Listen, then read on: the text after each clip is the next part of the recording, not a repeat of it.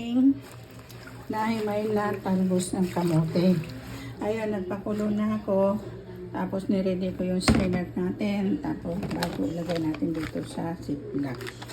Ayan. Tapos magluto din tayo ng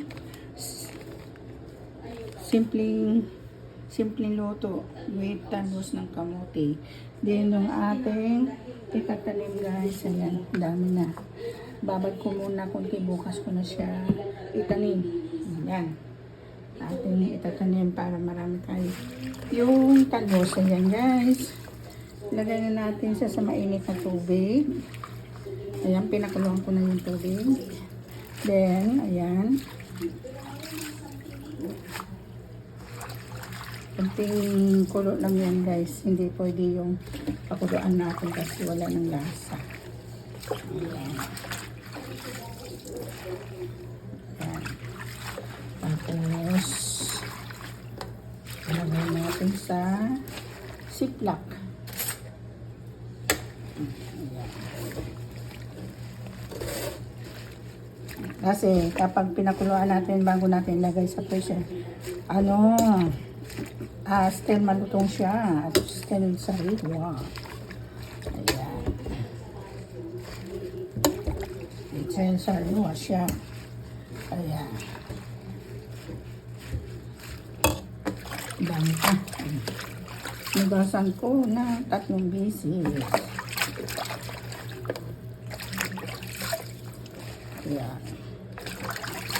Tapos yun, ating talbos na lulutuin. Ilagay lang natin siya sa kasi magluluto ako ng hipon. At kukuha ko ng tanglad at saka yung spring onion sa ating garden. Ayan. So malinis na yan bago natin iniglog sa mainit na tubig. Ayan yung ating lutuin.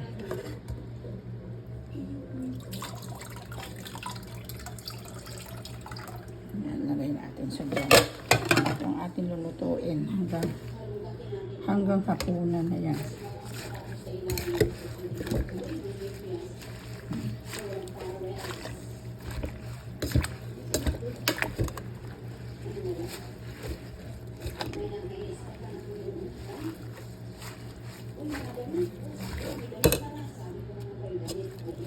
Ayan.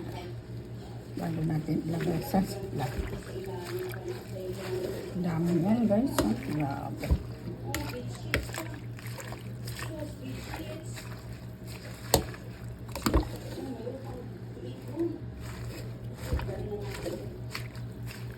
Ayan. Okay na yan.